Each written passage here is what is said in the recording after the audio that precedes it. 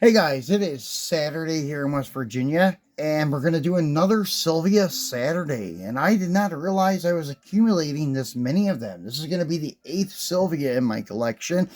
I am a fan of Nissan stuff. I don't really follow it deeply like I do the American Muscle stuff and Mopar stuff, but I still yet know a little bit about them, and I picked Nissan as the company to follow and collect in my JDM collection. So, anyways, today we're unboxing the 4th body kit variation from Mini GT. We have 3 back here from Tarmac. Those are the S14s, and I guess this is the 2 styles of the S14, but I do know that they have come out with some of the Formula Drift S15s, which I'm kind of curious on maybe buying 1 or 2 of them. They've redone some of the cars that Hot Works did back a few years ago. Well, today we're going to do my favorite, company for JDM, which is Mini GT. And as I said, this is going to be the 4th body kit variant. We have a Pandem kit here, and then we have the Top Secret kit there. And their first release of an S15 is the Super Silhouette kit by Liberty Walk. And this is the latest release of it in this chrome purple, which is really cool. This is really a high impact car with neon green wheels, chrome purple paint with a matte finish, like yellowish orange graphic on the side.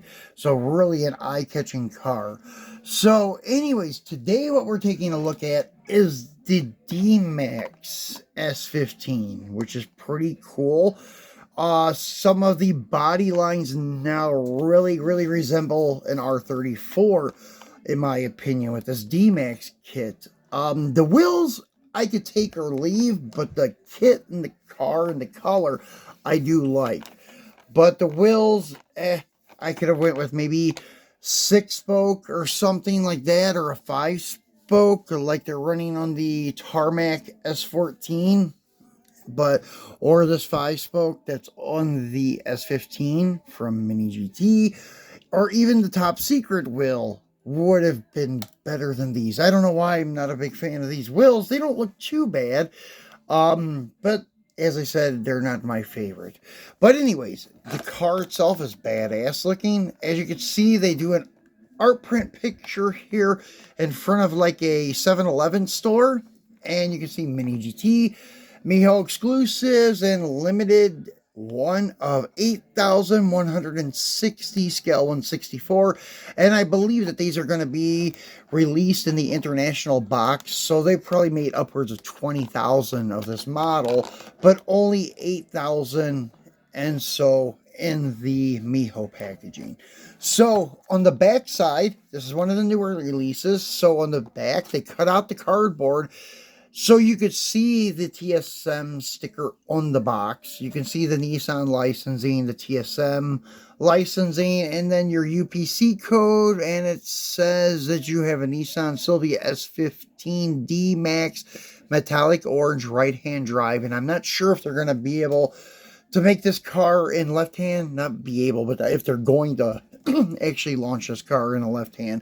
I think it will probably only be a right hand, because that's pretty much what they've done with all the other S15s, because this is not a US release car from Nissan. So I think it was only on the Japan market. I could be wrong about that. It could have been Euro spec too, but I do know it was Japan. It wasn't in the US. So that's probably why they're going to keep it right hand only, but I may be wrong about that. But as you can see, all these others, like the S14, which is also not a US spec car, and then the S15, they're all right-hand drive. They did that with the R34 and R32s also. They kept them solely right-hand drive cars. So anyways, let's go ahead and flip this up and pull the box out. And you don't really need to see much about that. That's the car on the box. Your collector number is 581, and where to find Mini GT online and on social media, such as Facebook, Twitter, and Instagram. Plain end cap there, Mini GT in orange on that end cap. And then your warnings for choking hazards for little kids, age recommendations, because it's really not a toy, it's a collector model, and such. And then the backside you've seen through the blister pack window. So cool. We're done with the box. Let's get the car out and take a look at him. Throw the blister pack to the side, and then we're going to pull this guy out here.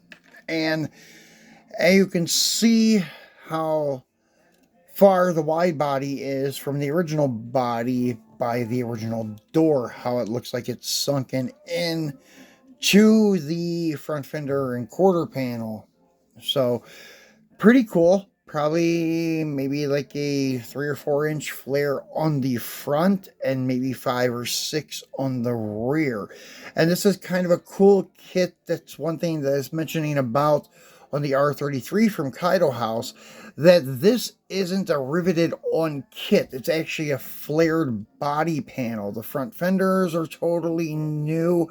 You don't have rivets or screws holding on your wide body flare on the front, nor do you have on the back. They actually put brand new quarter panels on the rear that are kind of flared out, bowed out, however you want to call it, to accommodate the wider wheels and give it the wide body look.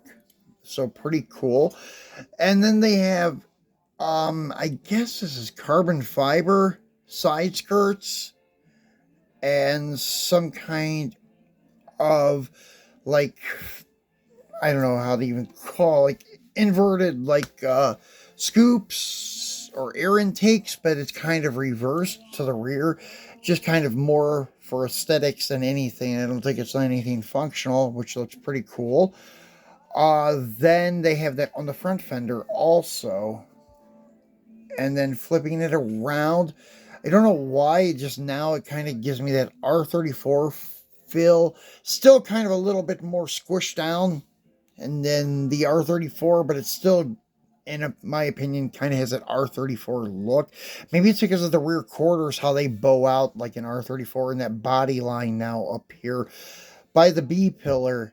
It kind of reminds me of the R34. So you have acrylic headlight lenses, and then you have your intercooler, and with some, I don't know if that's hose detail or if that's just like an air intake that is trimmed with like silver or chrome. And then you have like the carbon hood, which really resembles the R34. I think it would be like the Nismo hood. And then you have your mirrors on the car, which they are rubber, but they are a little bit stiff, so be careful. And you can see your gauge pod is on the right side. And once again, the wheels actually out of the box, they don't look so bad because they are inverted a little bit in the center. That was the one thing I thought they were going to be, is kind of flat to give it like a hubcap look. But no, they're actually not that bad. They're kind of inverted, so they look okay. And then on the base, it is all metal car with button head Phillips screws holding the base on.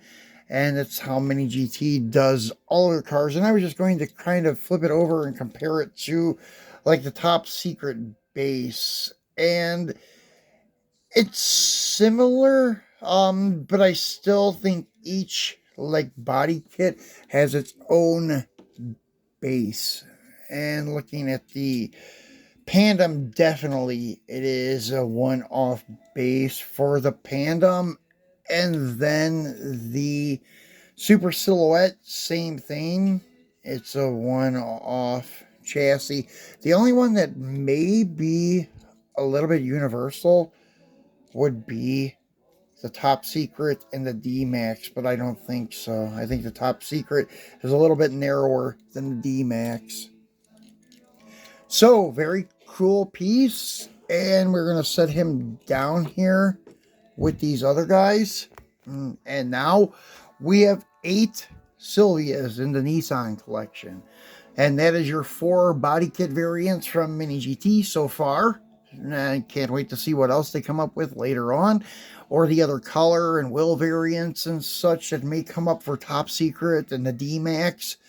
And I know they've done quite a few of the Super Silhouette and the Pandem kits already in multiple different colors. I know there's a black Pandem coming up soon and such, so it'd be cool to see the Top Secret and D-Max in some new colors. So, anyways, guys, that's it for our Saturday video. We'll be back on Monday with most likely a Mopar Monday video, but I'm not sure what I have sitting over here on the table that we have to unbox for you guys or take a look at. So, enjoy your weekend, and we'll see you on Monday. Thanks for watching.